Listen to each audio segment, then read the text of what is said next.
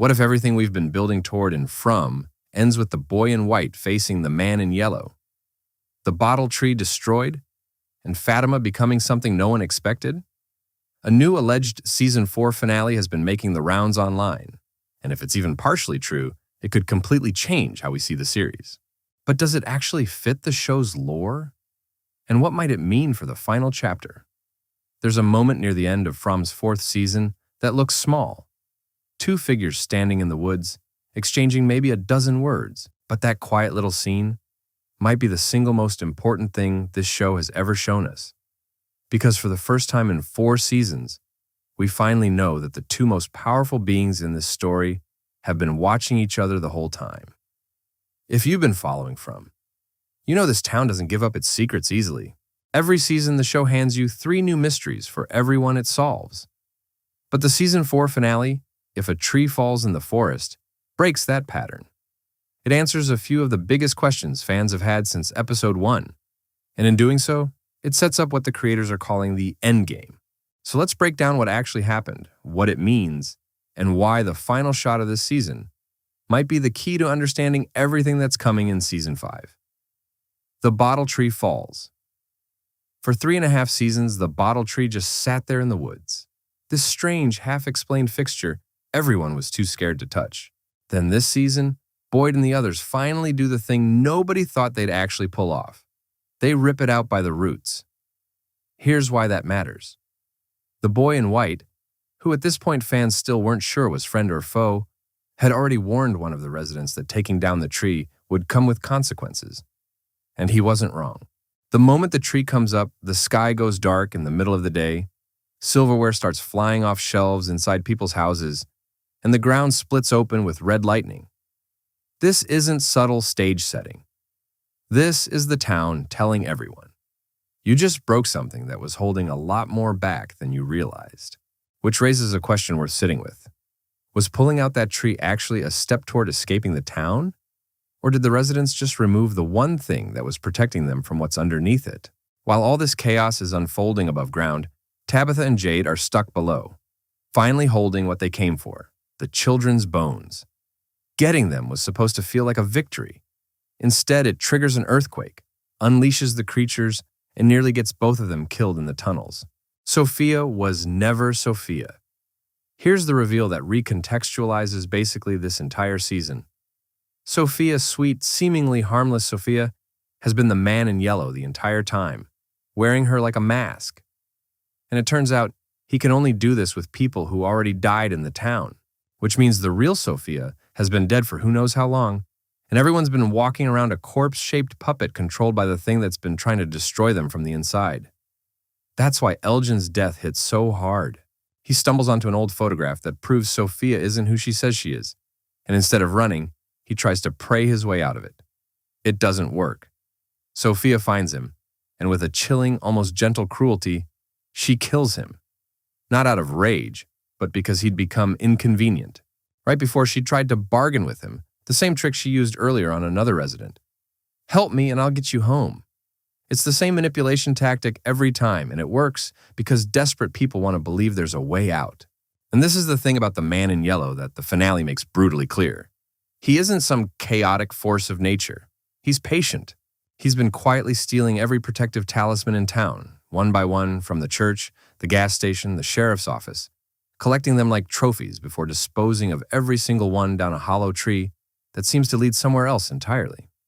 By the time the episode ends, the town has no protection left. None. Is Fatima becoming one of them? If there's one plot thread that's going to define Season 5, it's this one. Fatima gave birth to one of the creatures last season, and ever since, something in her has been changing. She can see through its eyes now. She can sense when the creatures are near. Her heart rate has dropped to numbers that shouldn't be compatible with being alive. In the finale, that transformation crosses a line it can't uncross. When one of the creatures attacks the clinic and kills Marielle, Fatima lets out a sound that isn't human, and the creature actually pauses, almost impressed, like it recognizes something in her. Later, cornered in the tunnels with Boyd and the others, she does it again, this time, on purpose, turning to face the monsters and screaming at them in whatever language they speak, buying her friends time to run. Is Fatima becoming a monster? Or is she becoming something else entirely? A bridge between two worlds that we're never supposed to touch. The show hasn't answered that yet, and it might be the most important open question heading into the final season, because if a human being can cross over into whatever the creatures are, that changes every rule this town is operated by. Henry, Victor, and a gun that almost goes off. While all of this is happening, Henry's grip on what's real has been quietly collapsing all season, fed by visions that convince him the town is nothing but a delusion inside his own institutionalized mind. In these visions, his family is intact and untouched by any of this. All he has to do, according to the version of Victor that appears in his head, is remove the anchor keeping him trapped, the real Victor. So Henry does something almost unthinkable. He gets his hands on a gun, and when his son comes to check on him, he raises it. It's only because Ethan walks in at exactly the wrong or right moment that Victor manages to knock the weapon away before anything happens. Father and son, reunited after years apart, nearly destroyed by the same town that brought them back together. What happens to that relationship now is anyone's guess, and it's hard not to wonder whether Henry will ever fully trust his own eyes again. The scene that changes everything. And that brings us to the moment the show has clearly been building toward since the very beginning. The boy in white and the man in yellow, face to face. In an interview about the finale, showrunner Jeff Pinkner confirmed that this exchange sets up what he's calling the endgame of the entire series.